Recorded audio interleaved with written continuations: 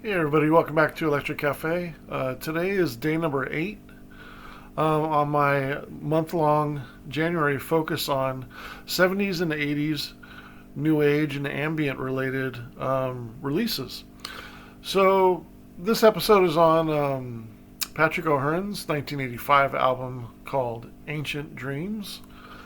Patrick O'Hearn came from the synth pop bands Missing Persons, who he was with from about roughly 1981 to about 1984.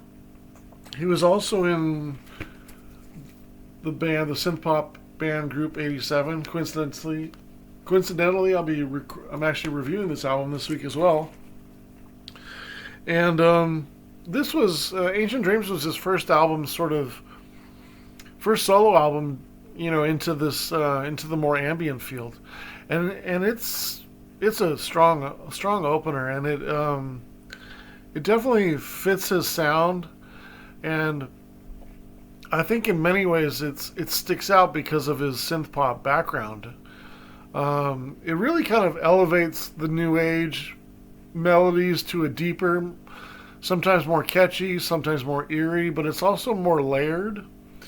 And I think for those reasons, plus it adds some rhythm and some nice percussion, it really helps it stand out against a lot of other new age. It's because of the rhythms are a little bit aggressive. I think it's a little bit more.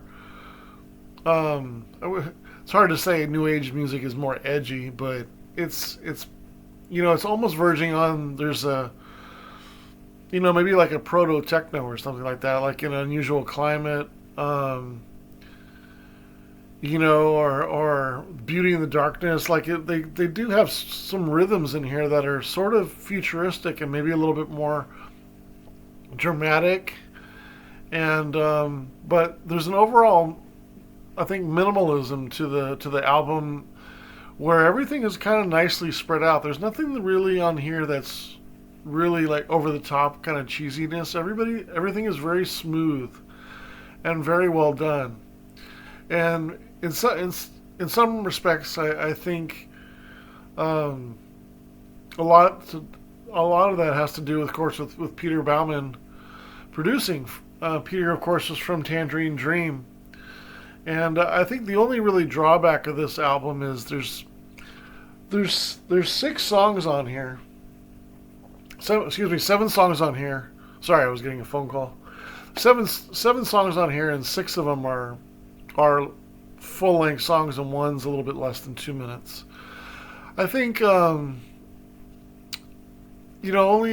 having 6 songs is sort of a I think New Age can sort of get away with that a little bit, being a full album. They are 4 to 6 minute songs, so they are on the longer side. But I don't feel like the shortness of the album really takes away from my overall score of the album, but I do wish it was a little bit longer because I really enjoyed the songs.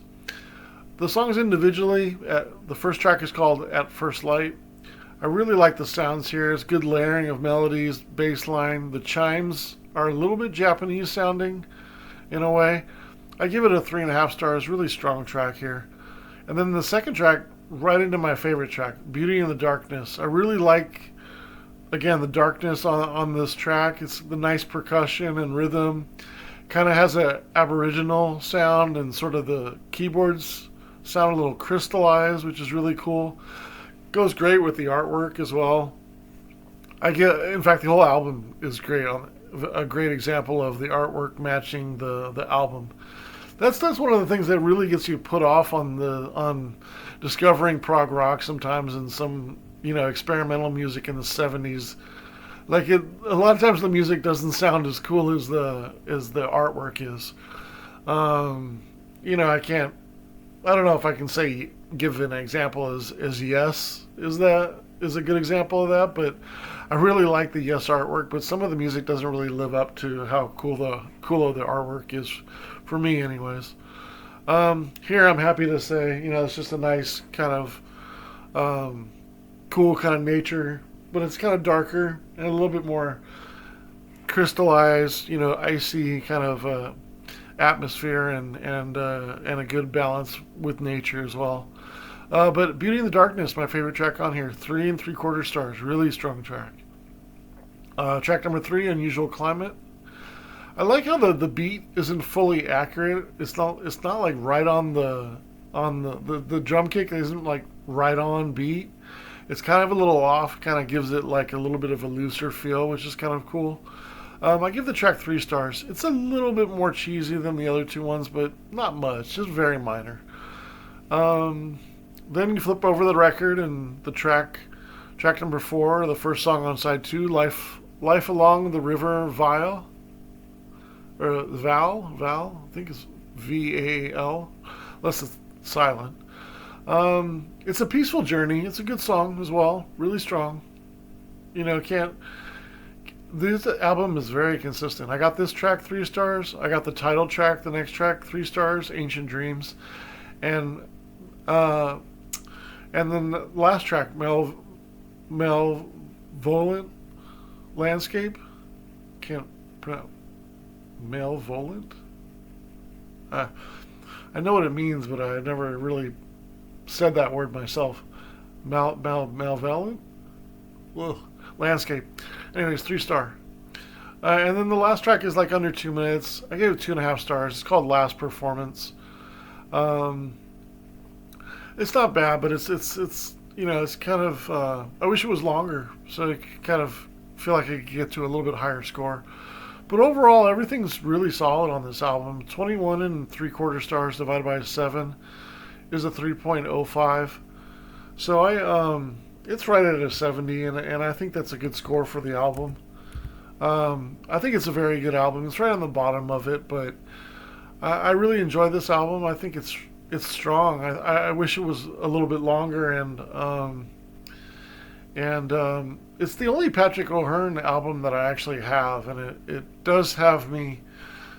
Now that I'm kind of revisiting, it does have me excited to go maybe check out some more of his work. I know his next work is fairly highly regarded, and I think he has a couple other solo ones, but then there's some soundtrack ones on there that I'm not sure that I will like, but I like this one because he's kind of making his own theme and making his own soundtrack to some movie and soundtrack in his mind, or some